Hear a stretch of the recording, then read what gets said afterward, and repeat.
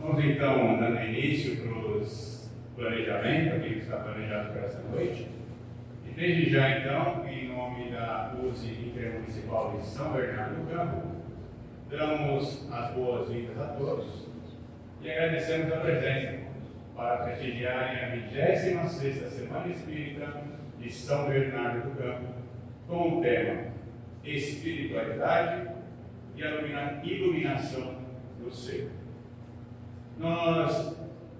Vocês já estão ouvindo e apreciando as músicas, mas a partir de agora nós vamos oficialmente apresentar o grupo musical Márcio e Adriana.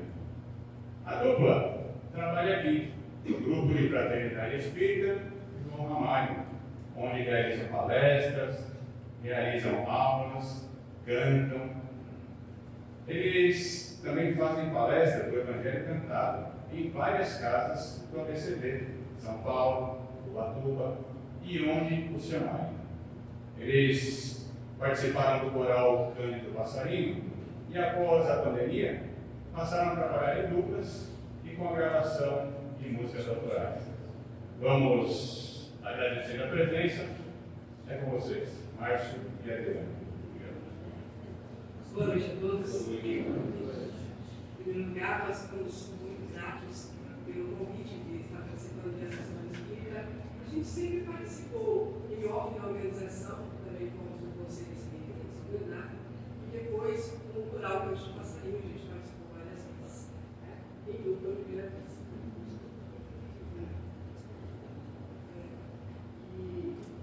Então, como a gente começou a gravar após a pandemia músicas autorais, hoje nós trouxemos o culpado de tudo isso para participar junto com a gente. E o culpado de tudo isso é o Rubens Nery, que é o nosso professor, produtor, preparador vocal, amigo, companheiro, irmão, as nossas músicas autorais são compostas, são psicografias que o Márcio presenta, e a melodia depois somos nós três que fazemos, claro, mais um pouquinho, e fazemos juntos. Então, ele é o culpado de tudo. E hoje a gente vai apresentar estas músicas autorais, começando pelo começo, no início de tudo, o porquê, inclusive, com a música Casa de Súper, que nos fala um pouco sobre o Evangelho.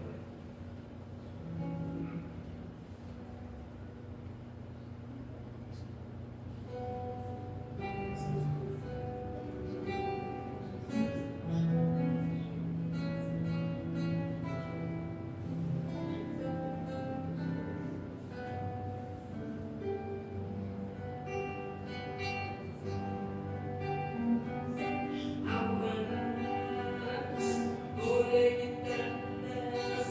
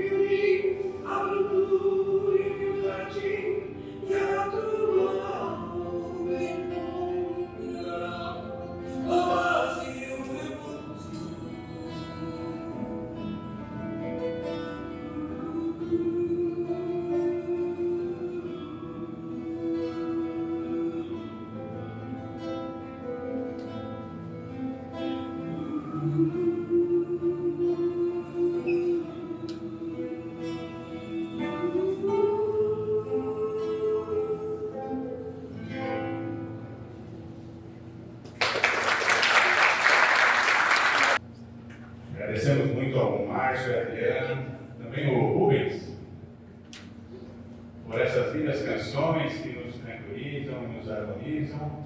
Muito obrigado. Gostaríamos de agradecer também a presença de todos que estão aqui, em especial ao Grupo de Fraternidade Espírita João Amado, desta casa, que tão carinhosamente abriu suas portas para receber esse evento e preparou tudo para nós com muito carinho.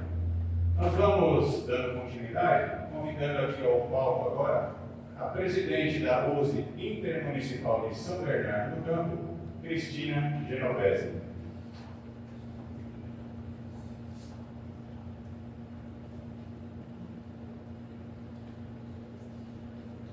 Bem-vinda, Cristina. Obrigada e boa noite a todos. Que sejamos todos bem-vindos a essa casa de oração, de luz, que traz o nosso conforto, e todos são envolvidos com muito amor. A USE Intermunicipal, a USE, é a União das Sociedades Espíritas Intermunicipal de São Bernardo do Campo. Ela tem como objetivo unir as casas espíritas de São Bernardo e de Diadema, e promovendo encontros, cursos, palestras, formação continuada, para que a gente possa ir aprimorando o nosso trabalho dentro das casas espíritas. E nosso objetivo também é estarmos juntos nessa seara do Cristo, trabalhando em benefício do próximo e com o objetivo também de nos fortalecermos, estarmos sempre atentos, né, às influências que a gente possa ter, né? E ampliar também os nossos laços fraternos quando a gente se reúne presencialmente, né? A gente encontra amigos, a gente consegue abraçar, conversar. Então isso é muito importante para a nossa vida, né? O ser humano precisa disso. E também buscarmos um entendimento melhor sobre a doutrina espírita, que também nos consola. E muitas instituições espíritas trabalharam, né, e estão trabalhando nessa Semana Espírita. E cada casa, cada trabalhador fez o seu melhor para que este evento acontecesse. E para o Cristo é isso que importa, que cada um faça o seu melhor e que todo o trabalho dessa semana ou dentro da casa espírita, todo o trabalho tem a sua importância, né? Não tem um trabalho melhor que o outro, todos são importantes. E nesta semana nós abordamos muitos temas, né? Começamos a destacar aí a elevação do nosso espírito, a tocar o coração dos jovens para que eles busquem o caminho da luz, a nos conectarmos com o nosso anjo da guarda, né? Quanto é importante a gente saber se conectar com ele. A importância do conhecimento, de entender e saber fazer as nossas escolhas mais assertivas. Por isso, a importância do estudo espírita. Também destacamos como é importante trabalhar as nossas emoções, para que a gente possa usar a nossa palavra e as pessoas possam entender. E também a de sexta-feira, né, ontem, foi como educarmos o nosso pensamento. Olha só quanta coisa foi falada essa semana. E hoje, o Eduardo, né, vai nos trazer aqui a importância, né, de juntarmos essas informações, né, e buscarmos aí, aprendermos a viver a espiritualidade, né? Ele vai trazer aí para a gente. E que possamos aproveitar cada momento, né, com aprendizado, com essa energia positiva e com a certeza de que a espiritualidade de luz se faz presente, nos envolvendo com muito amor, com muita energia positiva. Um bom encontro a todos. Sejam bem-vindos. Obrigada.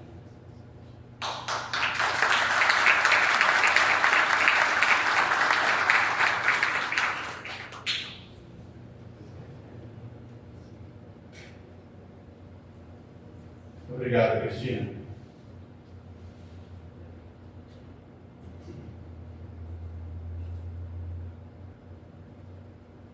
O objetivo da Semana Espírita é divulgar a doutrina espírita, é a interação e confraternização entre os espíritas e os não espíritas, trazer legitivo, bem como informações atualizadas, alertas, sugestões, entre outras informações referentes à doutrina de Jesus.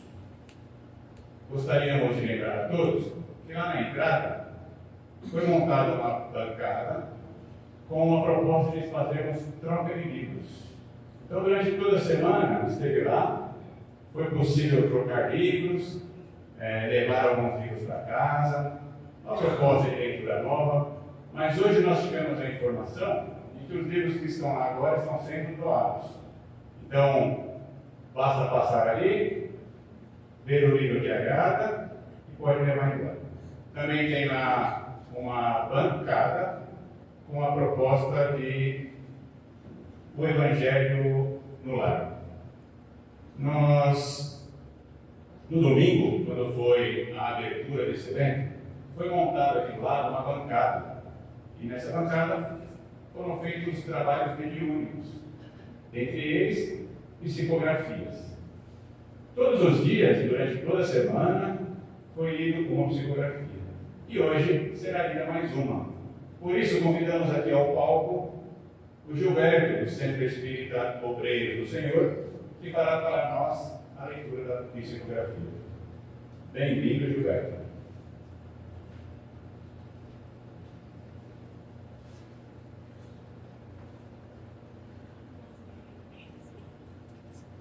Boa noite a todos. A paz de Jesus continue nos envolvendo. A casa de João Ramado. Essa casa bendita que sempre recebe e nunca se faz de rogar. Por isso, por mim e por todos, é sempre muito amada. Com trabalhos muito verdadeiros, somos dessa terra São Bernardo, orgulhosos. Também os grandes jardineiros. Amigos de outras casas, que hoje aqui se encontram, vieram trazer e buscar amor e esperança. Obrigado por meu nome.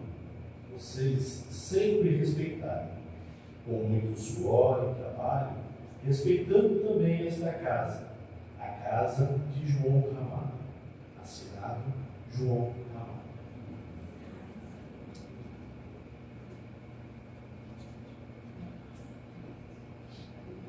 Obrigado, Gilberto.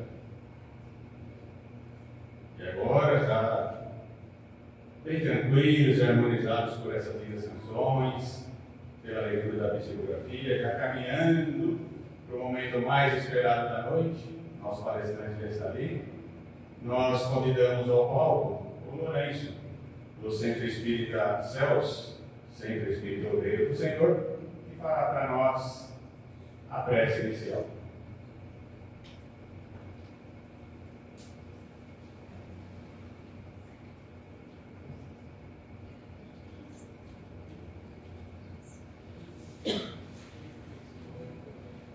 Boa noite a todos. Que a paz de Jesus continue nos envolvendo. Depois de tanta música boa, tanta energia boa, o que nos compete compete é colocar mais alegria no nosso coração, porque essa alegria se junta, toda essa vibração que já existe no ambiente, e os amigos espirituais vão levar, quando elas forem necessárias. Então, que todos possamos cerrar os olhos suavemente, elevar os nossos pensamentos a Jesus. Encontraremos o Mestre sorrindo, de braços abertos, a nos envolver num abraço carinhoso. E nós vamos dizer: Senhor Jesus, Senhor do amor mais puro, gratidão, Mestre. Gratidão por esse momento que o Senhor nos concede, que o seu amor nos concede. Gratidão por ter colocado ao nosso lar hoje os seus mensageiros, amigos espirituais que nos ajudaram a vencer todas as nossas dificuldades e aqui chegarmos para essa festa espiritual. Obrigado, Jesus. Obrigado também à equipe espiritual, mentores, amigos dessa casa, que prepararam esse ambiente e com muita alegria, muito carinho, recebeu cada um de nós. Continua conosco. Jesus, que através desses amigos possamos sentir o Senhor bem pertinho de nós. Que desta forma possamos absorver cada palavrinha que o nosso expositor trouxe para nós, que preparou com muito amor, com certeza. E possamos sair daqui refeitos. Que possamos levar daqui toda essa alegria, toda essa gratidão que nós sentimos. Obrigado, Senhor, mais uma vez. Que assim seja.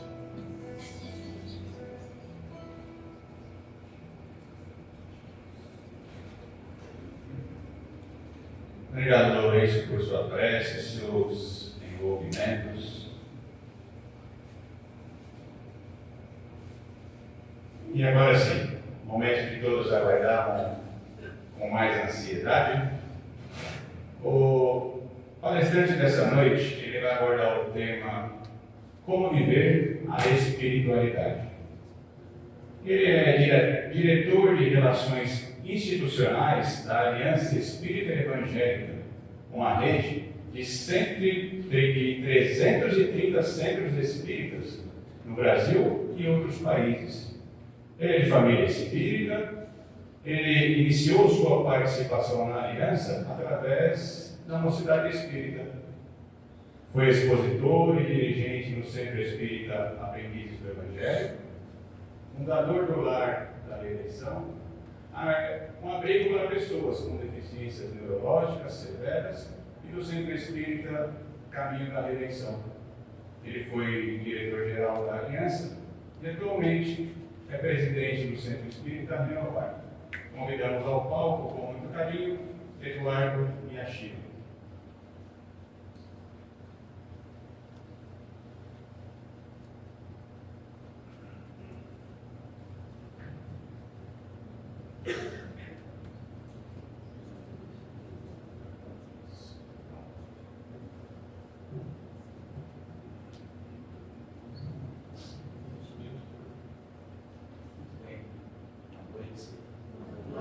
Nós desejamos ao Criador que ilumine cada um de nós em nossas jornadas de vida.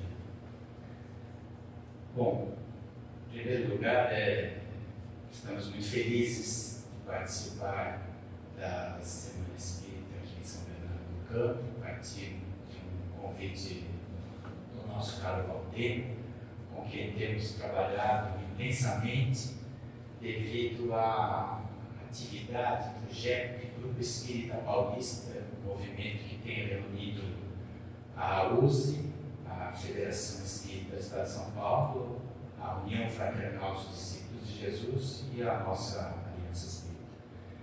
E nesses 5 anos que existe o GEP, vários frutos, atividades, principalmente atividades durante a pandemia, que tem ajudado a organizar o que fazemos diante de situações de exceção.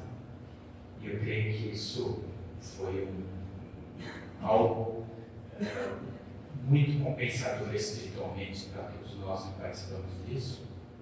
Então, somos muito felizes de participar desse evento aqui da USE Municipal de São Bernardo do Campo. Quando o convite foi feito, e vimos o tema da semana, a espiritualidade, a iluminação do ser, e isso nos motivou a desenvolver algumas ideias sobre exatamente essa frase. Para poder chegar em como é que a gente vive a espiritualidade, gostaríamos de conversar um pouco sobre seres iluminados. Eu penso que a semana, como começou agora no domingo, dia 3, tem alguém que veio aqui todo dia? Todos os dias vai lá. Então, eu acho que quem levanta não é como você vê, nossa, bastante gente. Eu acho que nessa altura, 6 dias, 7 dias de iluminação, se você apagar a luz aqui, vocês vão brilhar. Porque eu acho que todo mundo quer. Por que a gente veio aqui? Que esse assunto nos interessa, que a gente quer se iluminar, não é nenhuma pretensão. Eu creio que é um legítimo anseio da pessoa, que é fazer uma luzinha um pouquinho melhor, um pouquinho maior. Então eu penso que refletir sobre como nós podemos nos iluminar é algo muito interessante para a gente refletir e principalmente para a gente exercitar.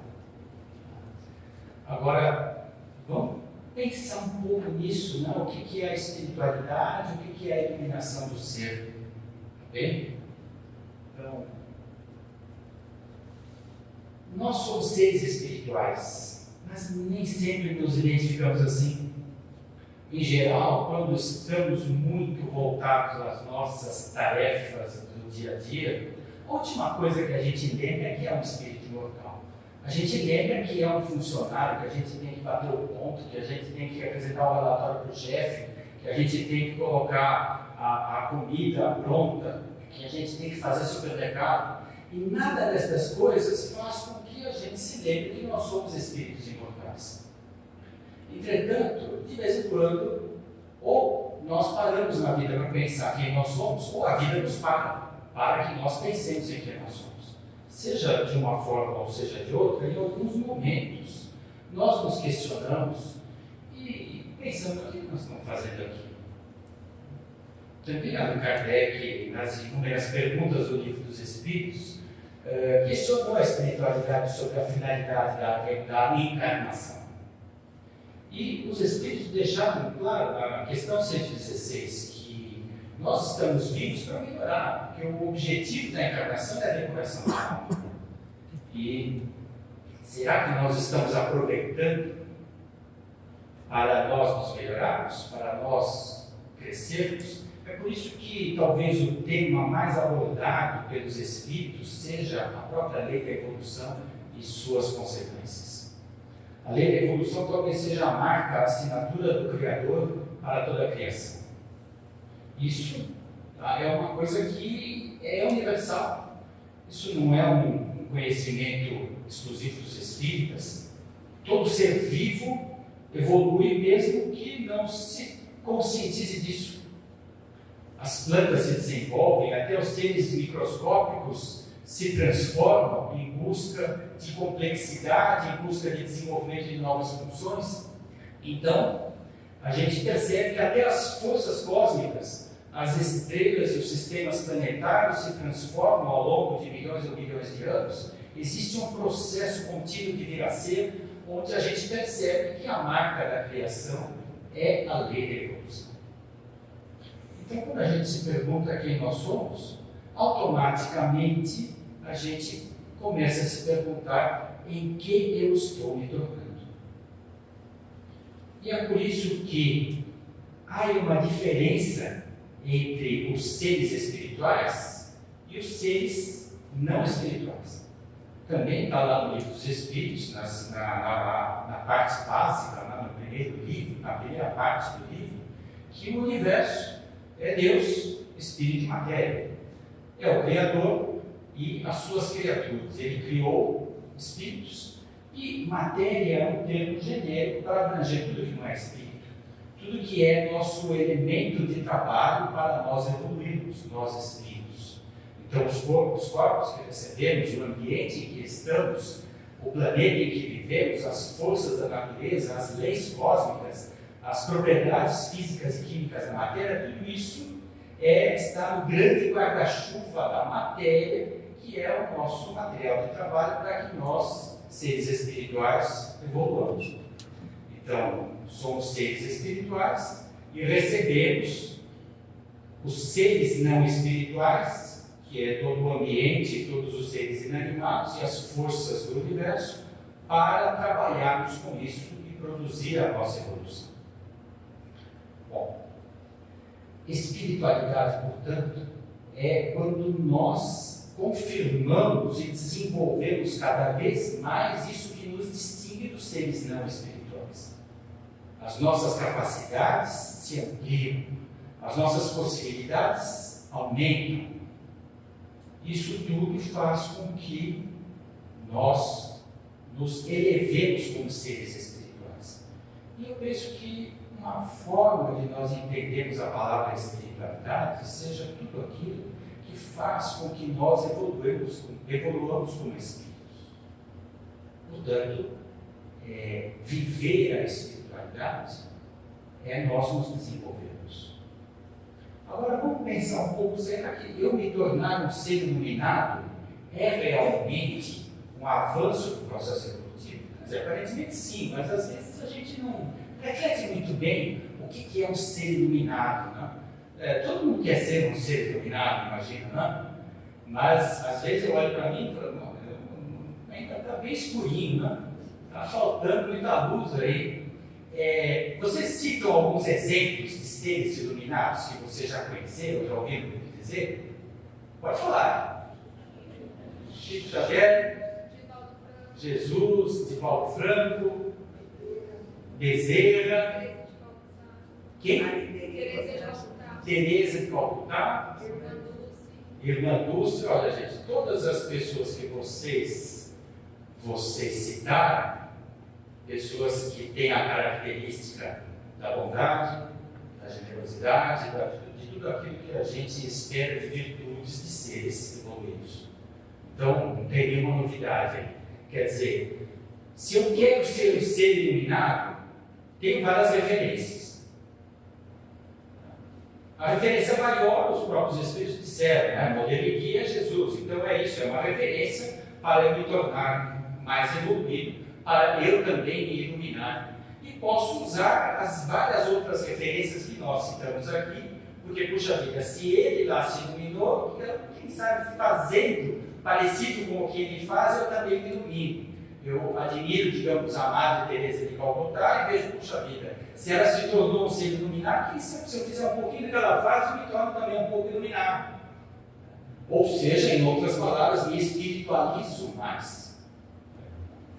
Então, para isso é preciso que a gente avalie muito bem o que é necessário para eu me iluminar. Então, vamos pensar um pouco sobre a luz, porque a iluminação, a referência é a luz. Vamos pensar um pouco sobre a luz para entender como é que isso funciona. Bom, luz nos seres não espirituais, todo aquele conjunto que os espíritos chamaram de matéria, né, tem muitos exemplos de luz. E os cientistas têm se esforçado bastante para entender a luz. Desde os primórdios, quando ainda éramos seres muito primitivos aqui na superfície do planeta, nós víamos o Sol, a Lua e as estrelas. Podíamos não entender muito, mas isso nos admirava. Tanto é que desenvolvemos muitas histórias e lendas para explicar o sol, a lua e as estrelas, porque as luzes do céu nos encantam. E as luzes que nós fazemos aqui próximos de nós são úteis e necessárias, então nós as valorizamos. A descoberta do fogo demonstra-se isso. Luz é importante para nós e nós buscamos a luz. Mesmo que seja essa luz física, material, que ajuda a gente a sobreviver simplesmente.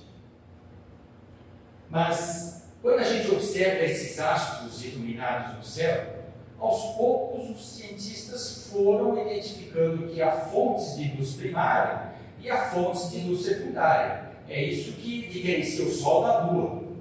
Se percebe que o Sol é uma fonte de luz primária, porque ele tem lá um processo físico-químico de explosões atômicas que emite luz. E os demais astros que estão à sua volta, eventualmente podem refletir a luz. Então a Lua é uma fonte de luz secundária, porque ela simplesmente reflete na sua superfície o brilho que ela recebe do Sol e aqui em volta também. Provavelmente quem nos observa de outro planeta considera o planeta Terra como uma fonte de luz secundária, porque o nosso planeta azul é assim porque ele reflete predominantemente a cor azul em função de toda a luz refletida, absorvida do Sol.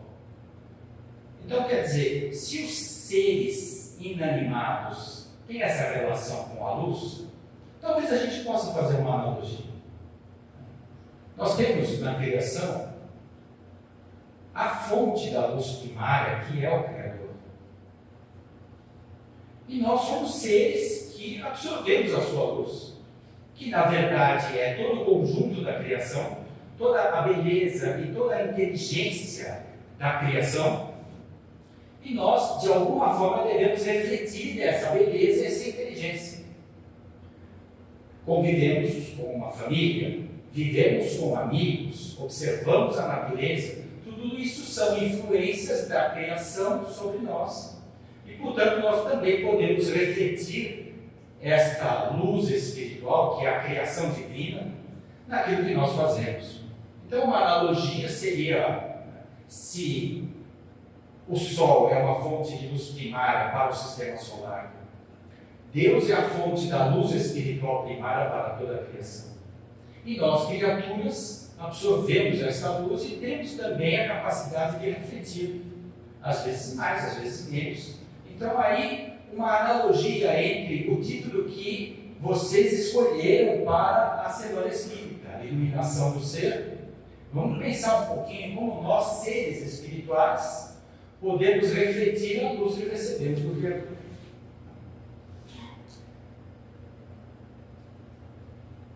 É isso que nós acabamos de dizer. Vamos pensar um pouco que definir luz não é muito fácil. Os cientistas estudam a luz há muito tempo e quanto mais eles estudam, mais perturbados ficam. Porque a luz parece ter uma dupla personalidade. Ela tem um problema lá que ela devia estar no divã do psicanalista. Porque uma hora ela é onda, outra hora ela é partícula. Que história é essa, né? E isso tem desafiado muito os cientistas. Na verdade, isso apenas quer dizer que a ciência ainda tem muito a aprofundar com relação à natureza da luz. Se ela, uma hora se revela como onda, outra hora se revela como partícula. E os cientistas ainda dizem o seguinte: eu posso montar uma experiência para demonstrar por A mais B que ela é uma onda. E outra equipe de cientistas, eu posso montar uma experiência para demonstrar por A mais B que ela é uma partícula. E os dois estão certos. Então, no fundo, é sinal que nós não fizemos todas as experiências e nós não consideramos todas as condições.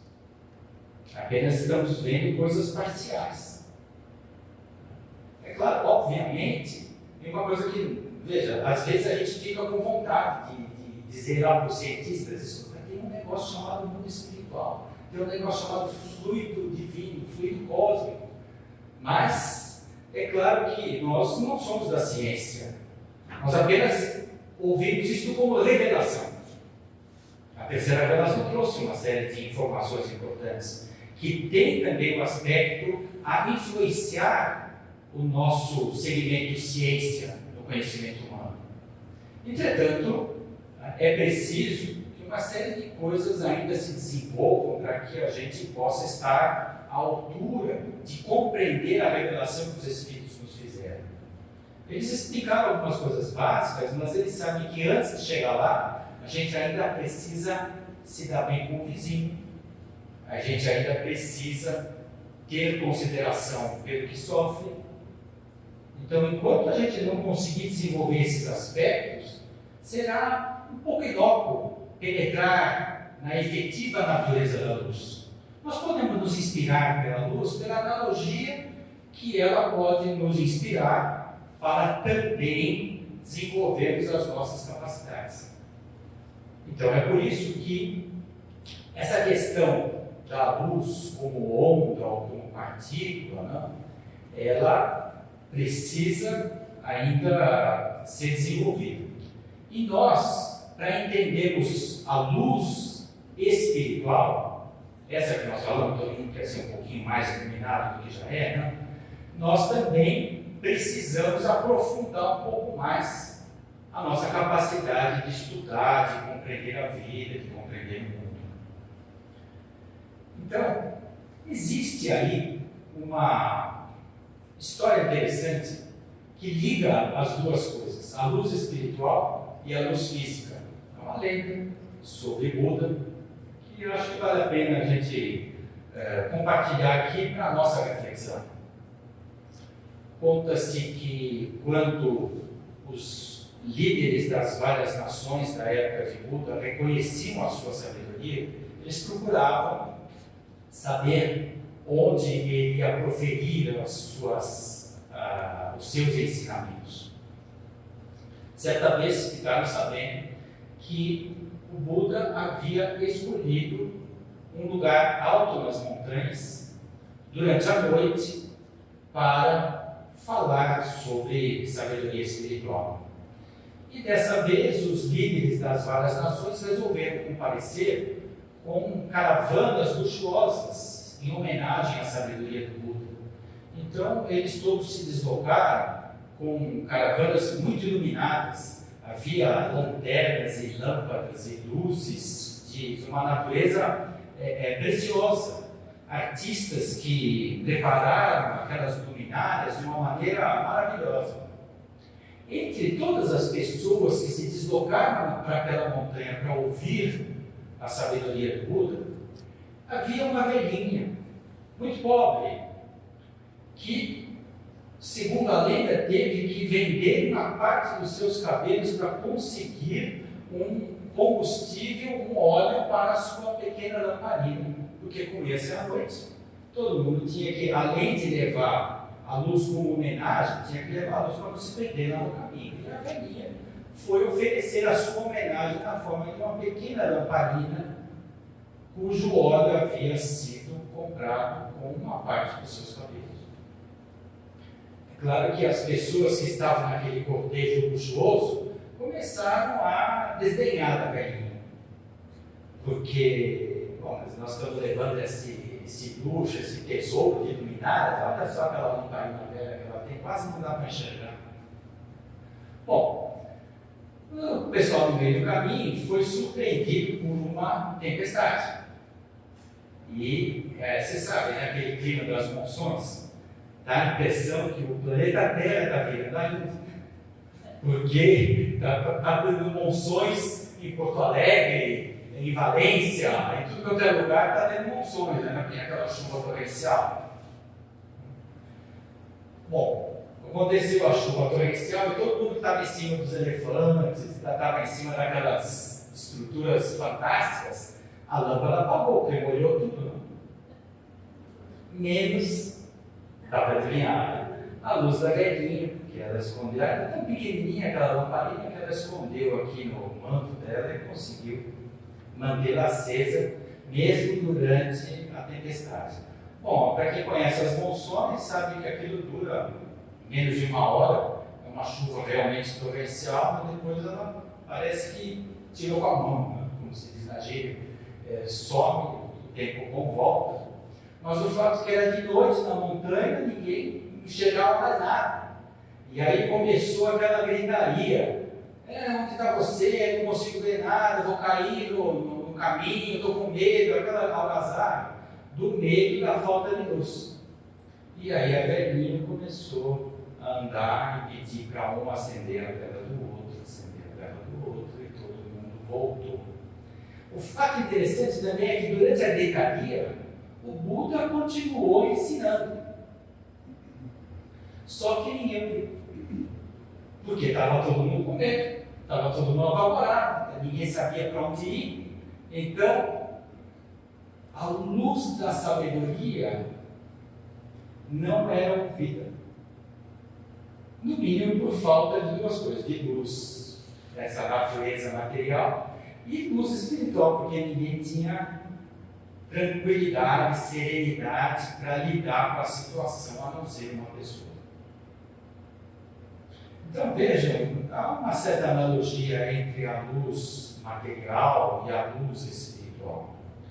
Se não houver tranquilidade ou um pouco de disposição de nós para buscarmos a luz, conservá-la, sem nos desequilibrarmos, pode estar do lado aqui a maior fonte de sabedoria e nós não seremos capazes de entender e absorver os seus ensinamentos. É necessário que tenhamos conseguido o mérito de desenvolver um pouquinho de luz própria para que a gente possa absorver a luz da sabedoria maior. Ou seja, não adianta pegar uma palestra do Divaldo, deixo eu ali no gravador, vou ficar ouvindo 24 horas, vou me ouvindo e vou virar um sábio. Se eu não desenvolver um esforço próprio, não adianta, está ali o Buda do meu lado, está aí o Cristo do meu lado, mas se eu não tiver uma capacidade de me voltar para essa fonte de conhecimento, compreendê-la, pegá-la em mim, e depois, quando chegar a hora, refleti-la, isso de nada me terá adiantado. Então, é necessário uma preparação, um esforço próprio, um desenvolvimento de alguma capacidade para que a gente possa se tornar um ser iluminado. Mesmo do lado da fonte da luz, se eu não for capaz de assimilar e devolver, eu não conseguirei me tornar um ser iluminado. Então, depende de nós. Eu até estava brincando aqui com a Cris, né, porque eu estava sentindo falta de ser um ser iluminado, eu estava vindo para cá. Eu estava vindo para cá, eu entrei no elevador, apertei o botão, desci 1 metro e dei uma piscada de luz. E o elevador parou entre o meu andar e de baixo. Falei, bom, agora acho que eu vou faltar lá dentro da luz. Estou indo para lá. E liguei lá para o técnico do elevador, né, e tal. E ele falou, bom, vou localizar o técnico que estiver mais perto de você aí para chegar. Mas a luz de algum, provavelmente do mentor aqui da luz intermunicipal, deu um reset lá, porque de repente tudo ficou escuro, e aí voltou e deu um reset. O elevador desceu até a garagem do quinto. Então, a luz mesmo, a energia elétrica normal e física, né, ela é necessária para a gente se desenvolver, e a gente precisa talvez aprender com isso. Né? A gente precisa perceber que é preciso um pouco de calma, aguardar que as coisas aconteçam e que realmente existe uma fonte de luz maior que nos ajuda em todas as situações. A luz, ela é produzida de maneiras ainda difíceis de serem compreendidas pelos físicos. Porque, por exemplo, se você aquecer um metal, ele se ilumina também. Quer dizer, não é só calor. O calor pode gerar luz. A própria fogueira é um exemplo em que o calor gera luz. Ou seja, as energias, os tipos de energia se transformam. E a luz também é um tipo de energia. Entretanto, a luz, ela não precisa de um meio para caminhar no vácuo, ou talvez a gente não entenda o meio no qual ela está caminhando. Muitas das características da luz, elas continuam sendo estudadas pela ciência. Muitas vezes, quando um átomo sofre uma mudança, ele emite uma radiação que se torna visível, é a luz. Então, mudanças subatômicas podem gerar luz também.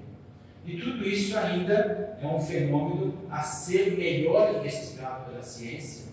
A cada vez que vem um prêmio Nobel de Física, é porque alguém descobriu alguma propriedade da matéria que estava difícil das pessoas compreenderem. Agora, se é assim a luz física, que faz parte do mundo material, mecânico, que é para nós nos desenvolvermos, e a luz espiritual, então? Então, essa nós nem começamos a estudar. A gente sabe, pela descrição dos espíritos no mundo espiritual, que se identifica espíritos que desenvolveram virtudes e capacidades de doação, de entrega, de benevolência, porque, independente do que façam, são identificados por uma emanação luminosa. E é daí que costumamos dizer, puxa vida, esse é um ser iluminado, porque a luz que afeta a nossa visão parece ter uma correspondência com o grau de virtudes que as pessoas têm. Assim também, desde que havia mediunidade nas épocas mais primitivas, por que é que se pintam os santos com auréolas, né, desde a antiguidade? Também porque, de um certo modo, os artistas médios percebiam uma emanação luminosa em pessoas que já haviam conquistado bondade. Então, o que produz a luz? Se nós na física ainda estamos estudando o que produz a luz, espiritualmente nós precisamos estudar que tipo de virtude, que tipo de capacidade, que tipo de abnegação a pessoa deve desenvolver para que ela se torne um pouco mais elevada e, como consequência, ela seja percebida como um ser iluminado. Ninguém quer se tornar um ser iluminado só para se dizer mais que o outro. Obviamente, isso seria vaidade, isso vai contra o processo de crescimento espiritual. Mas, se nós naturalmente almejarmos sermos bons, ou sermos um pouco melhores do que somos hoje, saímos desta vida um pouco melhor do que nós entramos, sermos um pouco mais tolerantes do que éramos antes de encarnarmos, então aí estaremos no caminho de desenvolver alguma capacidade de iluminar. Pode ser que eu não seja visto lá no plano espiritual, assim como uma fonte de luz, mas se eu perceber que tenho alguma coisa de bom em mim, já não estarei no escuro. Então pode ser que eu tenha que enfrentar uma situação difícil na espiritualidade pelos muitos erros cometidos. Mas se alguma virtude fui capaz de abrigar em mim, pode ser que isso me ajude a não ficar totalmente perdido. Então, algumas das reflexões para nós produzirmos luz e nos esforçarmos nas virtudes.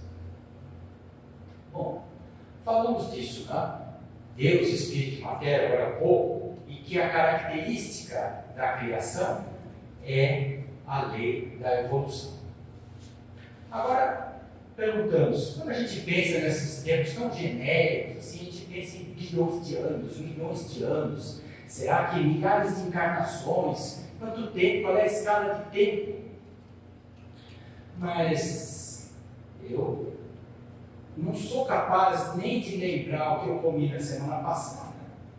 Como é que eu vou pensar na minha evolução ao longo de 200 encarnações ou de milhões de anos? Parece que isso escapa da minha capacidade de mentalizar. Então, vamos ver o que é possível fazer no tempo que eu sou capaz de mentalizar. Eu não consigo dizer o seguinte, olha, daqui a 1000 anos estaremos em tal situação, ou há 1000 anos atrás eu estava fazendo isso, não tenho essa capacidade. Mas eu posso muito bem fazer o seguinte, olha, na semana que vem eu consigo planejar as minhas ações. E isso, acho que todos nós temos condições de fazer. Então, nós podemos ver o que está ao nosso alcance de fazer e fazer bem feito. Então, numa escala, vamos ver, será que é possível eu me tornar um ser iluminado em uma única encarnação? Um ser iluminado, assim, né? Daqueles que iluminam os umbrais, quando vai lá resgatar os espíritos sofredores? Eu acho que não. Mas, melhorar um pouco a minha capacidade de iluminação, a ponto de compartilhar com alguém, talvez isso seja possível. O que dá para fazer numa escala de tempo, não essa universal, mas essa escala de tempo aí dos 80, 90 anos que nos são concedidos nesta encarnação? Então, será que eu consigo me tornar uma pessoa espiritualizada, aproveitando o tempo dessa encarnação? Porque muitas vezes as pessoas dizem assim, está muito difícil, já estou velho, não sei o que, já fiz muita besteira, vou aproveitar que existe esse negócio aí de reencarnação, vou deixar para a próxima. Esse é a lei do menor esforço, a lei da preguiça. Né? Enquanto nós tivermos uma respiração, nós temos tempo para fazer alguma coisa. Então não vamos deixar para depois, não. A gente tem que se tornar uma pessoa um pouquinho mais espiritualizada nos próximos 5 minutos, na próxima semana, no próximo mês, no próximo ano. É só não esquecer disso. Tá? Então, o que é possível fazer? É preciso orientar a nossa vida para buscarmos valores espiritualizantes e não valores rebaixantes. É preciso fazer um filtro nas coisas, nos nossos hábitos, nas nossas práticas, nos nossos meios, para que a gente procure se elevar um pouco mais. Existe uma noção íntima, intuitiva, do que é ser um pouco melhor, um pouco mais atencioso, um pouco mais paciente, e não deixar isso para a próxima encarnação. Tentar, a partir de agora, tentar fazer alguma coisa. Quer dizer, eu preciso rever o meu quadro de valores, em vez de buscar um jeitinho para me tornar um pouquinho mais cômodo nos próximos meses. É sinal que eu estou buscando valores materiais. Eu preciso compreender o esforço para eu me tornar melhor espiritualmente. Ou seja, trocar os valores que eu busco. De um modo geral, como nós falamos no começo, como a gente está vivendo aquele tempo todo, onde eu vou no mercado, vou no trabalho, eu pego condução e eu só fico pensando nessas coisas imediatas, eu preciso reservar algum tempo para pensar em coisas não imediatas. Trocar os valores que estou buscando. Não preciso me dar bem na vida no sentido material da coisa. Eu preciso me tornar um ser um pouco melhor no tempo que eu estou nesta vida. Para essa troca de valores espirituais, a gente olha para a humanidade e percebe assim, puxa vida, mas está todo mundo buscando isso, né? Eu quero ganhar uns X reais a mais, eu quero ganhar uma promoção, eu quero ganhar mais seguidores na rede social, eu quero ganhar um patrocínio. Tá? E será que é possível a gente fazer essa mudança? Essa troca de buscar valores materiais para buscar valores espirituais? Eu vou lembrar aqui um conto interessante, que é um conto lá do século XIX, mas que eu tenho certeza que muitos aqui já devem ter visto, ou visto em cinema, ou visto em desenho animado. Tá? Será que alguém conhece esse cavaleiro? Alguém conhece? Alguém chuta quem é? É um inglês, um escritor, autor do conto que eu gostaria de lembrar aqui. Ninguém chuta? Charles Dickens. Charles Dickens, ele é um contemporâneo de Kardec. Kardec nasceu em 1804, morreu em 1869, ele quase ali, né? 1812 a 1870. Ele é muito conhecido por um conto que ganhou versão no cinema, ganhou versões para crianças, né? Que é um conto de Natal. Alguém já viu? Alguns já viram um conto de Natal. A versão mais famosa é do Walt Disney, porque o personagem principal é um sovina, ou seja, um avarento, chamado Ebenezer Scrooge. Tanto é que na Inglaterra, Scrooge já virou sinônimo de pão duro, né? E é claro que o Walt Disney botou os patinhos lá para fazer o Ebenezer Scrooge. E o conto de Natal, ele é interessante porque ele relata exatamente essa mudança de valores que são buscados por uma pessoa. Então, vamos lá. 3 parágrafos que resumem o conto aqui. Eu vou ler junto com vocês aqui. O conto de Natal de Charles Dickens é uma história que narra a vida de Ebenezer Scrooge, um velho avarento e solitário que despreza o Natal. Na véspera da data, ele é visitado pelo fantasma do seu ex-sócio. Só os espíritos tentando dar uma forcinha para ele. Né?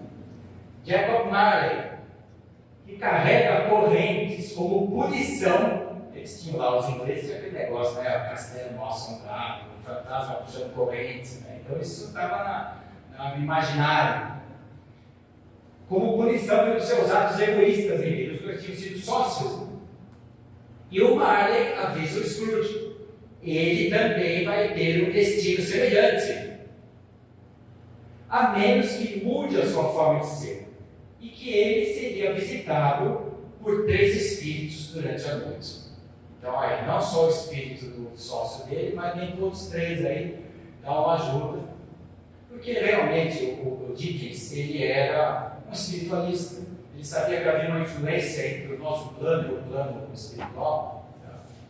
Então vamos lá. O primeiro espírito é o fantasma do Natal passado, que levou o Scrooge a recordar a sua infância e juventude, momentos de alegria que agora foram esquecidos. Então, umas cenas onde ele se lembra dele criança, dele ganhando presentes, e depois, poxa, mas cadê aquela alegria, aquela leveza que eu sentia na infância? Aí vem o fantasma do Natal presente e mostra para ele que agora que ele se tornou um poderoso industrial, que as pessoas ao redor dele tinham um empregado, por exemplo, o Bob Cratchit, que era o seu fiel mordomo ali, auxiliar na sua empresa. E eles celebravam o Natal com muito amor, apesar das dificuldades financeiras, porque como o Ebenezer era um pão duro, o salário de todos, inclusive do Bob Cratchit, era uma miséria. Mas o Bob Cratchit tinha uma certa reverência, um certo cuidado pelo seu patrão, então ele nunca traiu o patrão, apesar dessa falta de reconhecimento. Uma coisa que o fantasma do Natal presente mostra é que o empregado dele está celebrando um Natal muito pobre. Né? Lá na casa dele, ele é levado, ele é transportado para o ambiente da casa do empregado, ele percebe que o empregado tem um filho com uma deficiência. Então, uma coisa que ele não sabia. Quer dizer que, além de tudo, aquele pobre salário deveria ser utilizado para manter a saúde de um filho que tinha muitos problemas. Então, aí fica isso começando a martelar na consciência do Ebenezer. A cena marcante é do filho doente de Bob, que é o Timmy, que representa a fragilidade da vida e a importância da solidariedade. Bom, e a terceira visita é o Natal Futuro, que apresenta ao Scrooge uma visão aterradora da sua morte, onde ele é ignorado, é desprezado, ele reflete sobre o legado que ele vai deixar. Assustado com essa visão do futuro, né, dele na sepultura, também que nem o sócio dele, sofrendo no plano espiritual, né, em função de toda uma vida egoística, ele se arrepende e promete mudar de vida. Então ele acorda daquele sonho visitado pelos 3 espíritos durante a noite. Ele se transforma em uma pessoa generosa, no conto do Charles Dickens. Faz as pazes com todas as pessoas ao seu redor, com o Bob, com todo mundo, e incorpora os valores do verdadeiro espírito natalino, né? Porque o Natal representa uma época de solidariedade, né? E mostra que a redenção sempre é possível. Claro que muitas pessoas durante esse tempo todo acharam que isso é uma fantasia que passou na cabeça do escritor, né? Mas se a gente perceber bem, todas as pessoas, às vezes a gente olha e diz, mas aquele fulano é um miserável, ele só pensa nele, ele não está aí para ninguém, ele só quer saber de ganhar dinheiro, de ganhar posição, de ser violento com os outros. Todos nós estamos naquela lei da evolução. Todos nós fomos criados por Deus para a perfeição. Estamos em estágios e momentos individuais e diferentes uns dos outros. Mas todos nós temos essa propensão para a evolução. Então é preciso que nós acreditemos uns nos outros. Que a gente perceba que isso é possível até para aquele crápula que eu acho que não tem jeito. Tem jeito, claro que tem jeito. Então, será que é possível a gente se iluminar numa única existência? Pelo menos ganhar um pouquinho mais de luz, apesar de todo um passado egoístico? Né? Então, estou contando uma história. Eu não contei a do Buda, contei a do Dickens, vamos contar mais uma. Edgar Armon escreveu uma experiência que ele teve na época que ele era diretor da Federação Espírita do Estado de São Paulo. Uma coisa muito curiosa, o Armon, ele passava o dia na federação, todos os dias da semana, porque ele tinha sido comandante, né? Coronel, seria o equivalente hoje ao posto de coronel da Polícia Militar. Ele foi comandante da Força Pública do Estado de São Paulo. E ele teve um acidente, teve que ir para a reserva, e aí então ficou com o tempo disponível, aproximou-se do movimento espírita e ficou o tempo todo. Ele tinha uma capacidade de organização muito grande e logo ele passou a ser secretário-geral da federação durante muitos anos. Então as pessoas sabiam que em qualquer hora que chegasse lá, qualquer dia, ele acabava encontrando o comandante Armon. E ele estava na salinha dele, aí chegou uma pessoa lá, um fulano, que segundo as lembranças do comandante, era assim um cara muito retraído. Vinha com um chapéu, ele parecia que ele queria se esconder, e ele nem entrou, ele ficou na porta.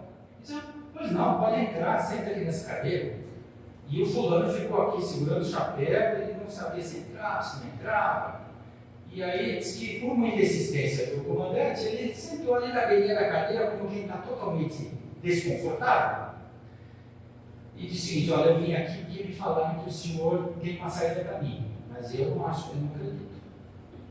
Calma, você veio aqui com um motivo, né? Vamos ver o que a gente pode se ajudar. Olha, eu não sei, mas eu tenho que falar. O meu problema é a minha profissão. Como assim a sua profissão? Eu sou matador de aluguel. Aí a coisa agitou. Pois não, mas como é isso? O meu pai era assim, e ele me educou para ser o seu seguidor. Então, no começo, isso fazia parte da minha vida. Vinha alguém me contratava, porque era lá na região bem agreste, né, onde não havia muita justiça, muita lei. Então, vinha fulano, olha, você tem que matar aquele cara lá. Eu fiquei bom nisso. Matei um monte de gente. E achava que a vida para mim era isso. E eu fiz fortuna. O meu pai não, meu pai perdeu tudo na bebida. Mas eu não tenho esse vício, então eu tenho algumas fazendas, tenho posses, mas o dinheiro vem dessa fonte. Mas, e agora? Por que você está aqui? Bom, aconteceu de uns meses para cá que eu comecei a sonhar com a minha mãe. E após os espíritos chegando aí, né, pelo sonho, que nem fizeram lá no Charles pro Ebenezer Scrooge, e a minha mãe começou a trazer as pessoas que eu tinha matado e me mostrar como eles estavam, ensanguentados, com o rosto deformado. E isso noite após noite, e eu não consigo mais dormir há meses. Então vocês imaginam, a pessoa não consegue dormir há meses, ela fica infernal. Ela disse, e quando começou a dar essas crises de insônia, aí eu arranjei coragem e contei para minha mulher. A mulher não sabia, né, qual era a fonte de renda. A mulher fugiu.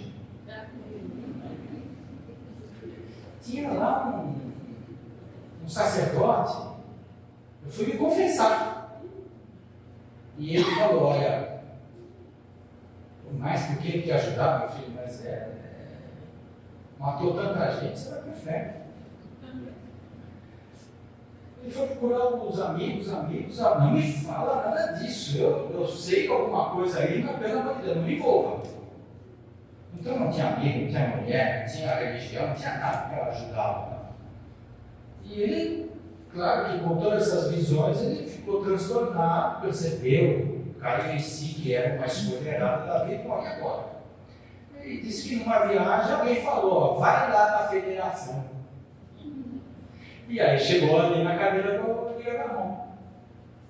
Bom, eu falei, olha, eu estou contando tudo isso para o senhor, mas, claro, eu estou confiando, só não vai falar para a polícia. Eu não sabia ele com quem ele estava falando, né?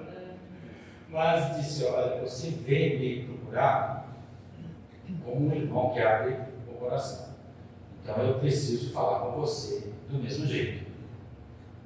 Primeira coisa, não tem como você repor vidas, porque vidas você não consegue criar.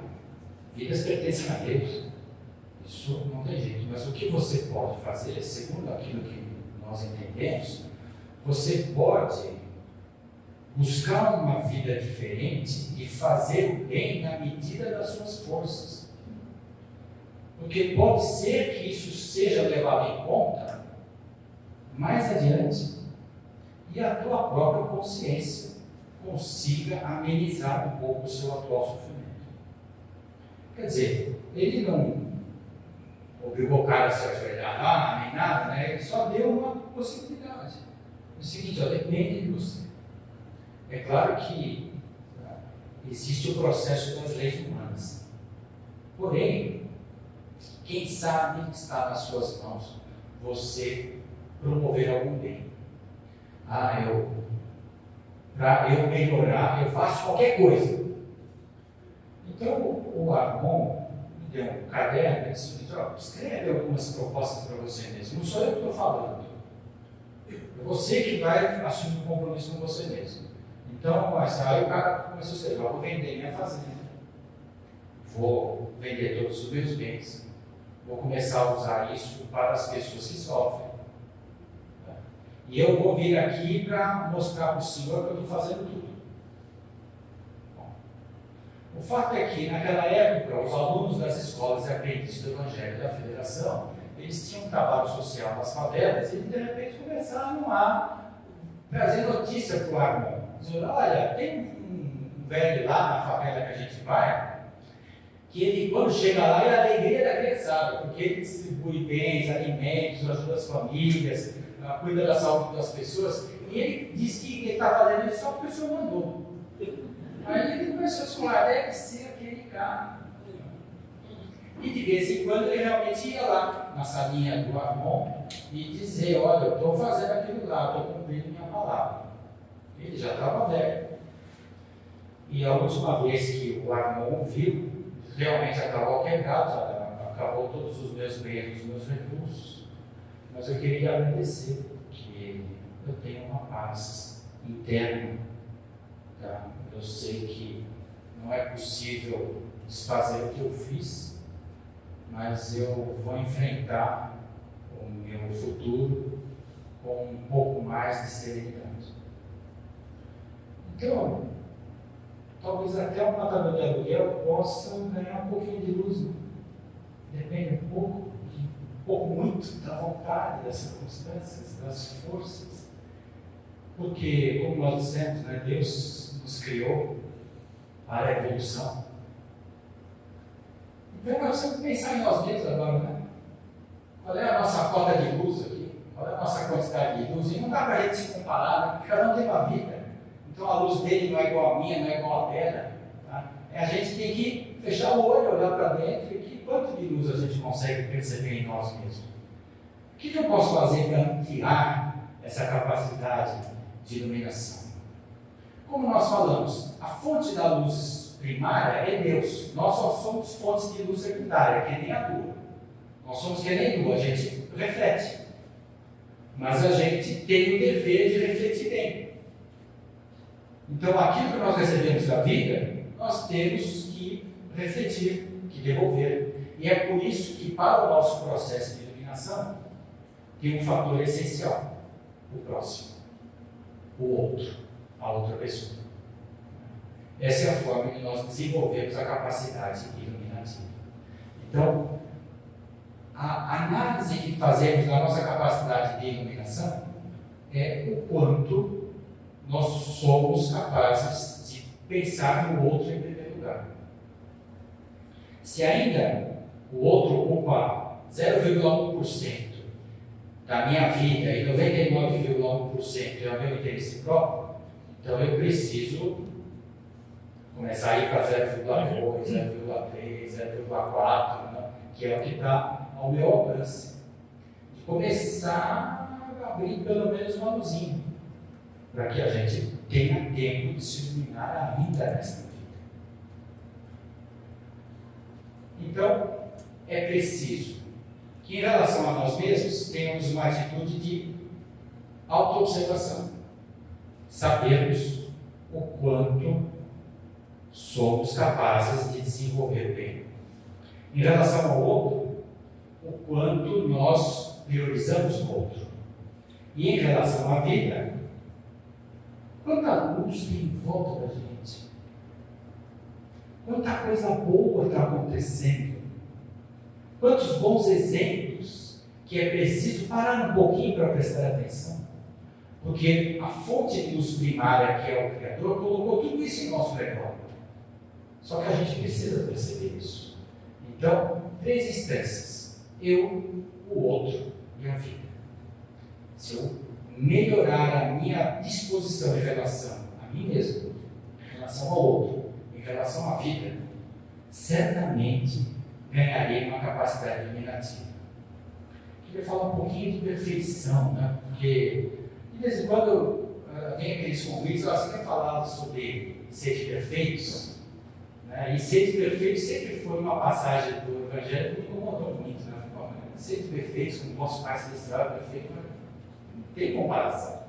Mas aí, uma vez, eu estava, lá vai mais uma historinha, estava ouvindo um programa sobre comunicação social, e as pessoas estavam falando, de repente, o camarada começou a falar de química. Olha, eu entendi perfeição com a química. Mas como assim? É porque permanganato é o máximo de manganês, perclorato é o máximo de cloro, per é o máximo de qualquer coisa. Então, perfeição é o máximo. Então, eu preciso fazer o meu máximo. Aí, eu entendi quando Jesus nos disse: sede perfeitos, como o vosso Pai Celestial é perfeito. Quer dizer que vocês têm que fazer o máximo que está ao seu alcance. Você não tem a obrigação de fazer o que você não pode fazer. Mas aquilo que você pode fazer, você tem que fazer. É isso. Aí fiquei pensando, se esse negócio realmente queria o Pai. Imagina se Deus não fizesse o máximo dele. O universo ia ruir completamente. Então, ainda bem que Deus faz o seu máximo, porque a gente está aqui. Então, eu tenho que fazer o meu máximo. Eu vou ser igual a Deus, igual nesse sentido, claro. Né? Ser perfeito, perfazer é fazer o máximo. Forma de nos iluminarmos, fazer o máximo ao nosso alcance. O problema é a consciência, né? Porque de vez em quando a consciência dá assim uma colherada, diz: hoje está difícil, deixa o máximo para amanhã. Né? Então, por isso que a gente tem que se conhecer bastante.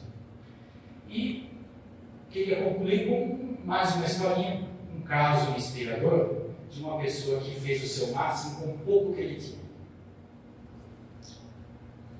Esse aqui talvez seja difícil de saber quem é. Um americano chamado Jerry Stanley. Mas esse Jerry Stanley, ele tem uma sala com o nome dele lá na sede das Nações Unidas.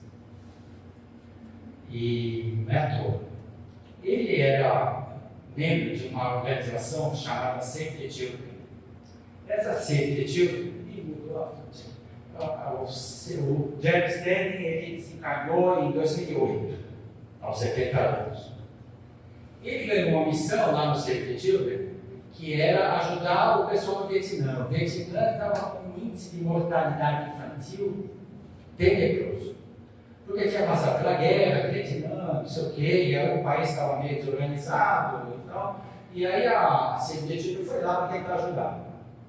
O grande problema deles era a mortalidade infantil, promovida pela desnutrição das crianças. Ele chegou lá com uma equipe, ele tinha lá uma cota lá de, sei lá, 10 mil dólares, 20 mil dólares, uma coisa assim, para o país inteiro, que tinha milhões de crianças desnutridas. Agora, os dirigentes do Vietnã estavam cansados de receber essas missões da ONU lá. Ele falou assim: é isso aí, vocês vêm aqui fazer um baita relatório, dizer que nós precisamos melhorar o saneamento básico, que nós precisamos desenvolver a distribuição de renda, que nós precisamos melhorar a capacidade de emprego. Como é que se faz isso? Num país que está desse jeito. É claro que isso tudo é verdade. Ninguém contou nesses relatórios mentira, era tudo verdade. Só que o tipo da verdade é que como é que você vai usar isso aí? Como é que você vai usar esse relatório? Então, aí o ministro que o recebeu falou assim: olha, é o seguinte, você tem 6 meses aqui, depois de 6 meses você pode ir embora. Aí o Jerry Stanley falou: o que eu faço em 6 meses com 20 mil dólares num país que precisa de saneamento básico? Mas ele tinha dentro de si esse negócio da luz. Ele falou assim: eu vou achar quem tem a luz. E ele desenvolveu uma teoria que era os pontos luminosos. Em todo lugar eu preciso só descobrir quem é o ponto luminoso. Aí ele foi para o interior e foi visitar as aldeias, as vilas, e viu lá que as mães queriam que os filhos não morressem, obviamente. Mas ele começou a achar: eu preciso achar aquelas mães que meio que sem querer estão sabendo fazer a coisa certa. Aí ele reunia as mães e disse: escuta, eu vou treinar vocês a medir peso e altura. Aí mediu o peso e altura de todas as crianças e viam lá que de 1.000 crianças, tinha umas 10 que estavam com um índice de peso e altura um pouquinho mais saudável que o resto, que estava um terror. E ele falou: quem são as mães dessas crianças aqui? Aí chamava essas mães e disse: o que vocês dão para comer? Aí ele começou a descobrir algumas coisas diferentes, que essas mães, em vez de dar 2 refeições, que era o costume da sociedade, davam 4. Em vez de dar 2 grandes, davam 4 pequenas. Isso era comum e as outras não. A outra coisa, elas tinham o costume de dar um tipo de comida que as outras não davam, que era folha de batata doce. Folha de batata doce. Por que os outros não dão certo? Porque todo mundo acha que isso aí não serve para nada. Mas nós adquirimos o hábito de dar. E tem um camarãozinho que dá aqui no meio da água, que a gente mistura também e cozinha junto com os nossos filhos. E nós aprendemos a fazer as receitas de camarão com folha de batata doce. Então ele pensou: opa, aqui tem umas mães que são pontos luminosos. Aí ele reunia as mães, aí uma ensinava a outra a fazer comida. E como não era uma solução que vinha lá o americano da ONU implantar, e era uma solução que era deles, aí eles começaram a compartilhar aquele hábito. E aí ele chamava o pessoal da outra vila para vir visitar as mães daqui e aprender a mesma coisa. E aí eram 2, 3, 5, 10 vezes. O fato é que em 6 meses o índice de mortalidade infantil caiu quase 20%.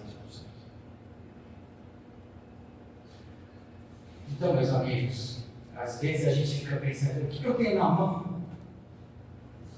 A gente tem condições de fazer o nosso máximo com aquilo que a gente tem na mão. É assim que a gente vai se tornar iluminado. Assim que a gente vai conseguir desenvolver uma melhor capacidade de existência.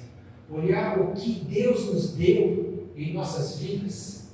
Perceber que eu não posso adiar para amanhã, que eu tenho que fazer hoje alguma coisa e que eu posso fazer o máximo ao meu alcance, o melhor de mim.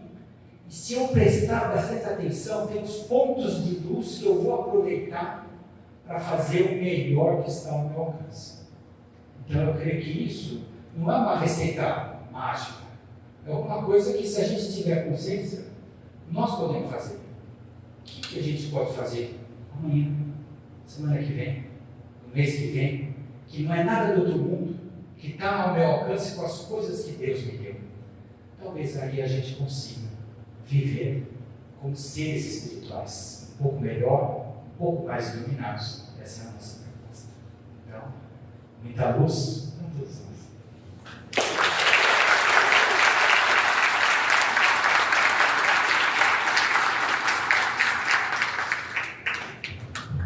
Queremos agradecer muito o Eduardo Miyashiro por ter aceitado o convite da Rose e ter trazido tantas reflexões para nós. Obrigado, Eduardo. E agora nós seremos presenteados com mais algumas canções, por isso convidamos ao palco a Adriana, o Márcio e o Rubens.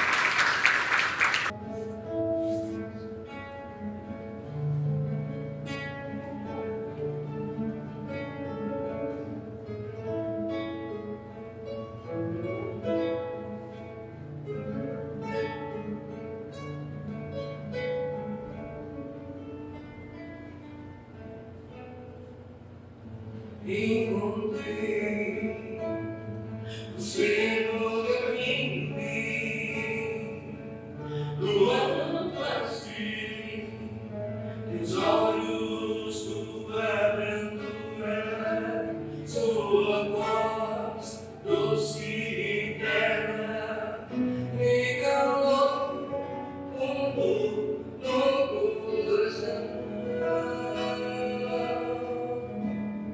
Teus exemplos agora rodeiam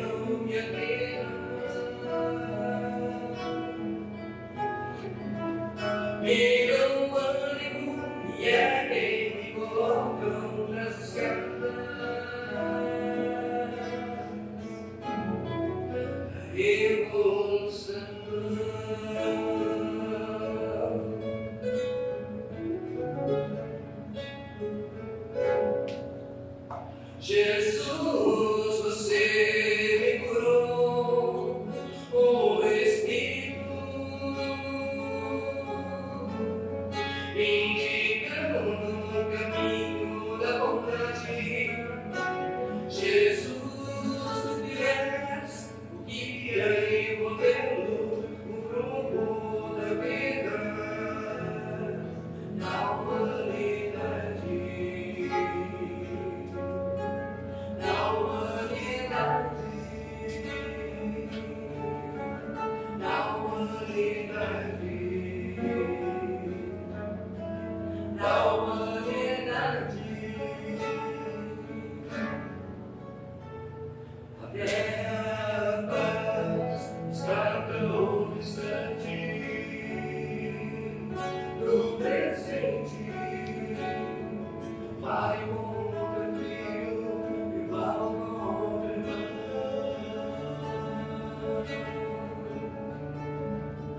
só você, Jesus, para unir toda essa gente com sua família, uma nação.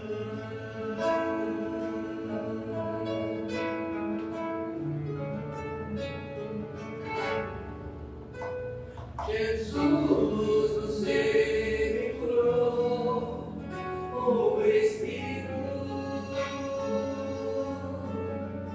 indicando o caminho da vontade. Jesus, tu és o guia e o modelo, o prumo da vida, da humanidade. Da humanidade,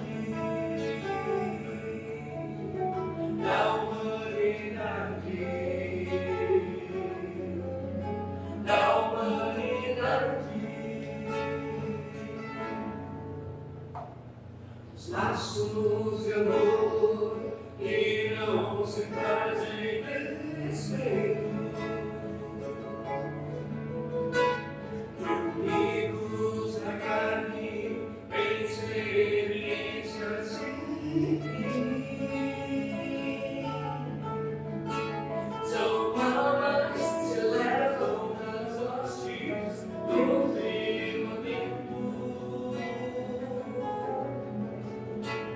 aguardam perseverantes os que ainda mudam. Contra seus defeitos, nas catedrais íntimas, fogo e lamento. No canteiro divino,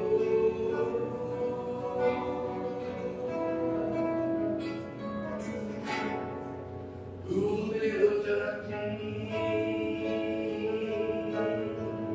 do meu jardim.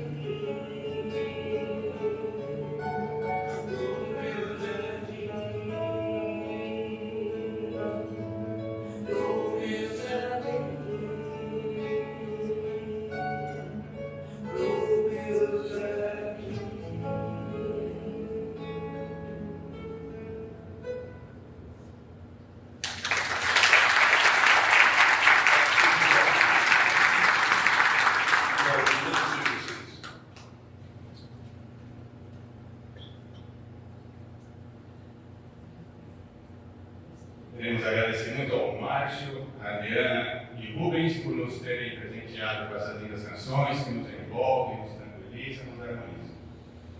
Agora, já caminhando para os nossos encerramentos, nós queremos agradecer a todas as casas espíritas que unidas fizeram acontecer essa semana inteira esse evento, a 26ª Semana Espírita de São Bernardo do Campo. Agradecer aos seus representantes, aos seus colaboradores e na noite de hoje em especial ao CELS, que é o Centro Espírita Loureiro do Senhor, que foi o responsável pelo evento na noite de hoje. E como sempre, todos os dias um agradecimento especial ao Grupo de Fraternidade Espírita, João Ramalho, esta casa por ter aberto as suas portas e ter preparado tudo com tanto carinho, a todos os trabalhadores que proporcionaram a infraestrutura, a alimentação, a limpeza, tudo que foi preparado com carinho para que esse evento pudesse acontecer. Fica aqui oficialmente, em nome da USE, o nosso agradecimento. Queríamos também dizer que em breve estará disponível no canal do YouTube todas as gravações que foram feitas todos os dias e já solicitar que visitassem o canal e seguissem. Porque à medida que o canal vai ser visitado, que vai tendo mais visualizações, isso vai potencializando o canal. E mais pessoas vão tendo acesso a essas informações. E aí nós estaremos ajudando a iluminar o ser, estaremos ajudando as casas espíritas e estaremos ajudando o movimento espírita como um todo. Muito obrigado a todos. Vamos agora convidar aqui para a prece final o Mundinho, do Grupo de Fraternidade Espírita, João Ramalho.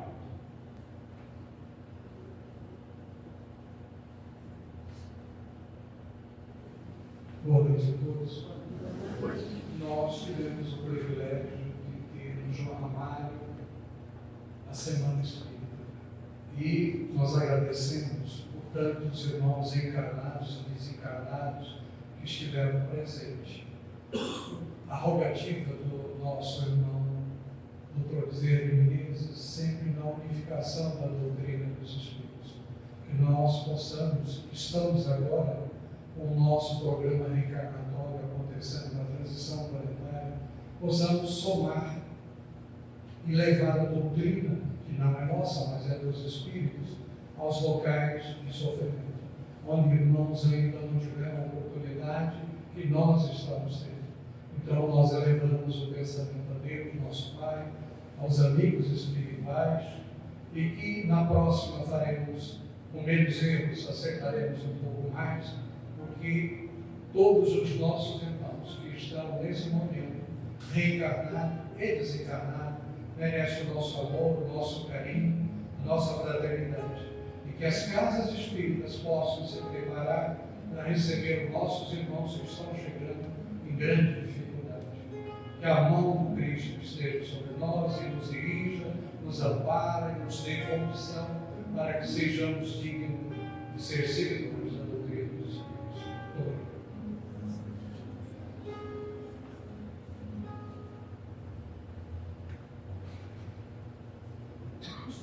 Obrigado, Andrinho, por suas palavras, seu envolvimento. Então, damos assim oficialmente encerrada o evento de hoje e o evento da Semana Espírita de São Bernardo do Campo.